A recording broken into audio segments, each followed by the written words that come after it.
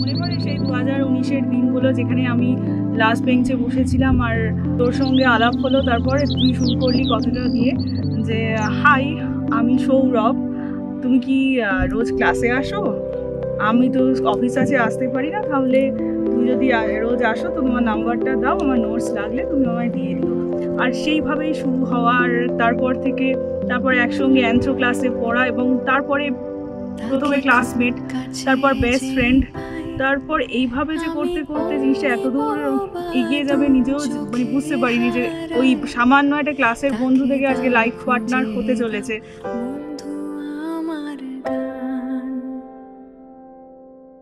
তাকে খুব কাছে যেই পাই আমি অমনি বোবা, দু চোখে হারাই।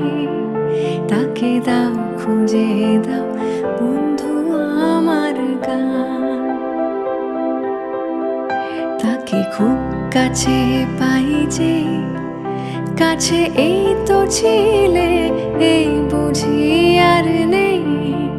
তাকে দাও পাহারা এক বেয়াড়া গান।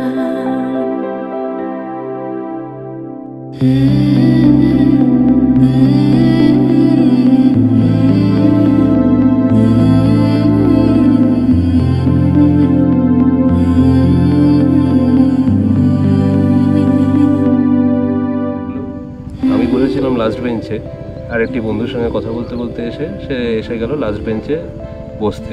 তার বসার কথা, আর আমি বসে আছি লাস্ট বেঞ্চের ওখানে। দেখলাম মুখটা গোমড়া করে আগের বেঞ্চে গিয়ে বসলো। সেই যে বেঞ্চের দখলদারি যে জীবনের দখলদারি হয়ে যাবে সেটা বুঝতে পারিনি। এখন ট্রেনের উইন্ডো সিট, ফ্লাইটের উইন্ডো সিট বা হচ্ছে বেঞ্চ তো অনেক দূরের কথা, সমস্ত এখন সিট ছেড়ে দিতে হচ্ছে ওই একটা দিন সিট দখল করার জন্য। বন্ধু হবে তার সেরূপ কথা,